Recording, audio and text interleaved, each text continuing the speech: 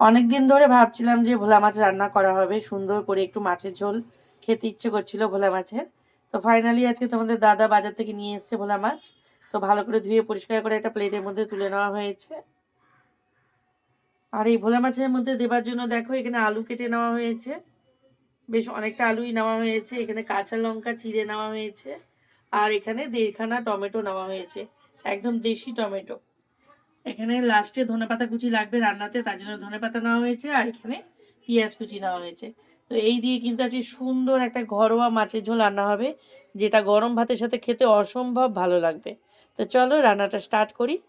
সবার প্রথমে মাছের মধ্যে একটু নুন এবং হলুদ দিয়ে ভালো করে মাখিয়ে নিতে হবে। আর ভোলা মাছটা আজকে ভেজেই রান্না হবে, অন্য কোনো আনাজ দেওয়া হচ্ছে না। এর মধ্যে তোমরা চাইলে ছিমও দিতে পারো, বেগুনও দিতে পারো, কিন্তু বেগুন দিলে কিন্তু তেলের পরিমাণ একটু বেশি দিতে লাগে, কারণ হচ্ছে বেগুনে অনেকটা তেল টেনে নেয়, তার জন্য। আর আজকে আমরা বেগুন দেবো না, আজকে আমরা শুধু আলু দিয়েই খেতে ইচ্ছে করেছে। আর তার সাথে দেশি টমেটো পড়লে না ভীষণ ভালো লাগবে খেতে। তো মাছের গায়ে খুব ভালো করে নুন হলুদ মাখিয়ে একটু মাছগুলো কড়া করে ভেজে নিতে হবে। কড়া করে ভেজে নিলে মাছ কিন্তু ঝোলের মধ্যে ভাঙবে না। আর বাজারে গেলে সবসময় চেষ্টা করবে যে এখন সাদা সাদা কালারের ভোলা মাছ নেওয়ার। লালচে ভোলা মাছগুলো থেকে কিন্তু এই সাদা ভোলা মাছগুলো খেতে বেশি নরম হয়, সফট হয় এবং টেস্টি হয়। কড়াইয়ের মধ্যে সর্ষের তেল গরম হয়ে গেছে, এক এক করে মাছগুলো দিয়ে দেওয়া হচ্ছে।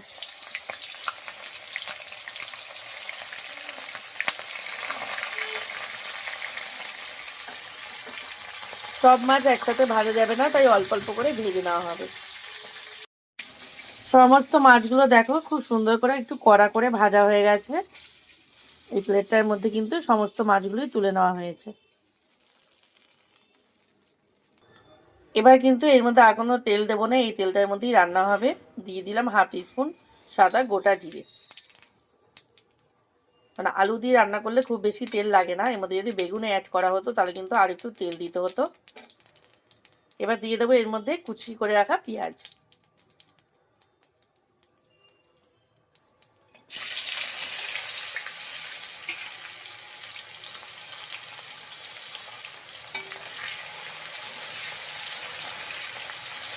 পেঁয়াজটা কিন্তু খুব বেশি লালচে করে ভাজবো না।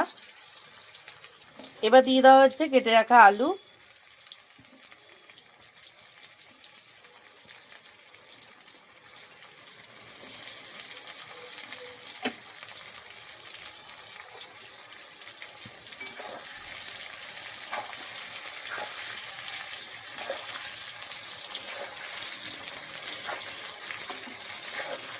আলুটা কিন্তু পেঁয়াজের সাথে 2 মিনিট ধরে একটু ভালো করে ভেজে নেব।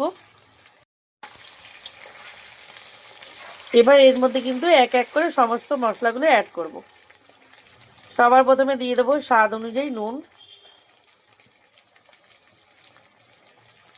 1/2 টিস্পুন হলুদের গুঁড়ো, 1/2 টিস্পুন জিরে গুঁড়ো, সামান্য পরিমাণে শুকনো লঙ্কার গুঁড়ো,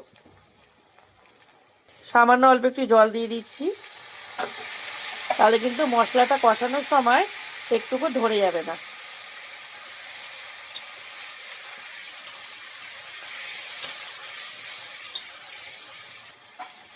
কেটে রাখা টমেটোটাও কিন্তু দিয়ে দেওয়া হয়েছে।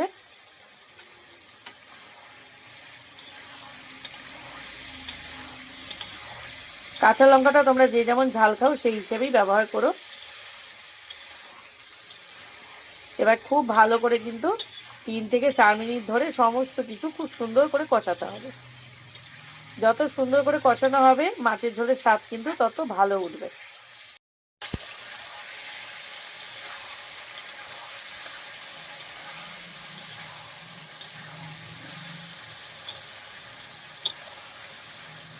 খুব ভালো করে সমস্ত কিছু কষানো হয়ে যাওয়ার পরে এখানে গরম জল রান্নাতে ব্যবহার করছি।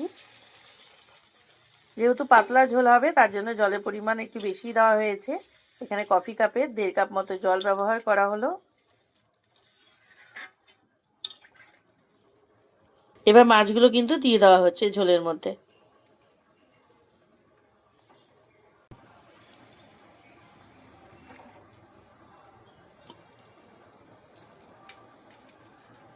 এবার উপর থেকে ধনেপাতা কুচি ছড়িয়ে দেওয়া হচ্ছে।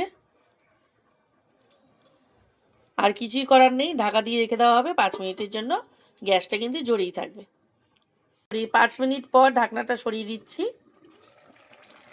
দেখো মাছের ঝোল কিন্তু পুরো কমপ্লিট হয়ে গেছে। আবারও কিছুটা ধনেপাতা ওপর থেকে একটু ছড়িয়ে দেবো সুন্দর ফ্লেভারের জন্য। আর কিছুই করার নেই, একদম সুন্দর করে মাছের ঝোল কমপ্লিট হয়ে গেছে। আলু দিয়ে, দেশি টমেটো দিয়ে ভোলা মাছে এরকম ঝোল করে খেয়ে দেখো গরম ভাতের সাথে, অসাধারণ লাগবে। এক কথায় যাকে বলে অসাধারণ। রান্নাটা তোমাদের কেমন লাগলো তোমরা কিন্তু অবশ্যই কমেন্টস করে জানিও। ভালো লাগলে অনেক অনেক ভালোবাসা দিয়ে সাপোর্ট করে পাশে থেকো।